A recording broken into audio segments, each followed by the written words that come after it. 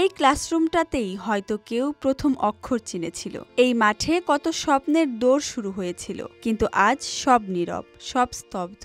গতকাল যে স্কুল প্রাঙ্গণ ছিল হাজারো শিক্ষার্থীর কোলাহলে মুখর, আজ সেখানে কেবল বিষাদের ছায়া আর পোড়া গন্ধ।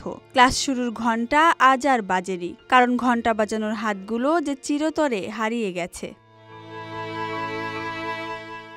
আগুনে পুড়ে যাওয়া স্কুল ব্যাগ, আতপোড়া বইয়ের পাতা, ছোট্ট এক পাটি জুতো আর গলে যাওয়া আইডি কার্ডগুলো আজ যেন এক একটা জীবন্ত আর্তনাদ।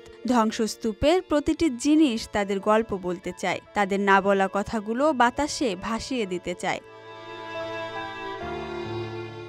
এই ধ্বংসস্তূপের নিচে চাপা পড়েছে শুধু ইট পাথর নয়, চাপা পড়েছে অজস্র নিষ্পাপ স্বপ্ন আর বাবা মায়ের বুক খালি করা হাহাকার। এই শূন্যতা আর কোনোদিনও পূরণ হবে না।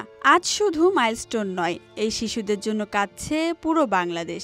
দেশে প্রতিটি স্কুল কলেজের প্রাঙ্গণ থেকে হাজারো শিক্ষার্থীর হাত উঠেছে আসমানের দিকে। ওই পুড়ে যাওয়া আইডি কার্ডের মালিকের আত্মার মাগফিরাত কামনায়, হাসপাতালের বিছানায় যন্ত্রণায় কাতরাতে থাকা প্রতিটি শিশুর দ্রুত আরোগ্যের জন্য আজ একটাই প্রার্থনা। এই সম্মিলিত কান্নায় যেন শোকাহত পরিবারগুলোকে জানায়, এই শোকের পথে তারা একা নয়, তাদের সাথে আছে পুরো দেশ।